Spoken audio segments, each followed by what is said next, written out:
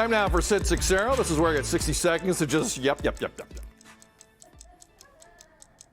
Thank you. Just shut up and don't talk about it. That's what former NHL head coach John Tortorella said last week about Connor McDavid's situation with the refs. Here's the context. Best player in the world, and he doesn't draw penalties. Last year in the playoffs against Winnipeg in 4 games, drew 0 penalties. And because in the playoffs things are called differently, he needs to shut up about it. This is what McDavid responded with last week when he was asked to comment on what a washed-up former head coach said about him. About this, but it's not.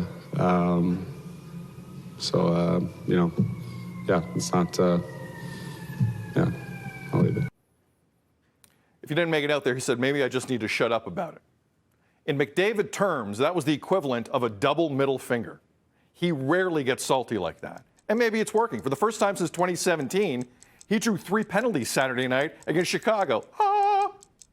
Connor, do me a favor. Never shut up about this. You're the best. Don't let him forget about it. It's Merrick Mondays here on Breakfast Television. Jeff Merrick from the Jeff Merrick Show with 32 Thoughts of the podcast. Speaking of the best, Jeff Merrick's the best. Jeff, hey, man. Jeff, who wins this tug of war, old school hockey or the Star? It's got to be the Star, right? Tell me the Star's going to win. The Star does. Yeah, the Star does. And I'll give you some historical context, too, for all your viewers. You know who's complained about not drawing penalties or complained about fouls in the NHL?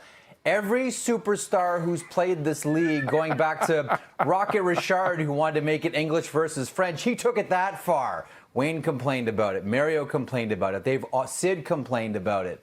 Ovechkin, everybody. This is a common refrain around NHL circles and goes back decades. This is nothing new, and McDavid has a point. How does the best player in the world, who skates faster than any player we've ever seen, only rank 57th when it comes to drawing penalties in the NHL? And we're not talking about, the ticky-tack stuff and trying to interfere. We're talking this guy is slashed and hooked and held and punched every single game. And good on him for drawing attention to it. And I'll go one more, Sid. Right now, you look around NHL arenas, there's an attendance problem. We're seeing empty seats. If you're the NHL, you're concerned, and B, who do you want fans to come out to watch? Players like Connor McDavid. Mm-hmm. Do you not need to create an environment where these guys can do their thing so more people can have the nerve to buy tickets and go to your games? I think it's an attendance issue as well. Jeff, we got 30 seconds. Listen, LeBron James had this moment in his career, too, where it was like, at some point, when am I going to get the calls here? Referees came around, officials came around. Does this eventually work?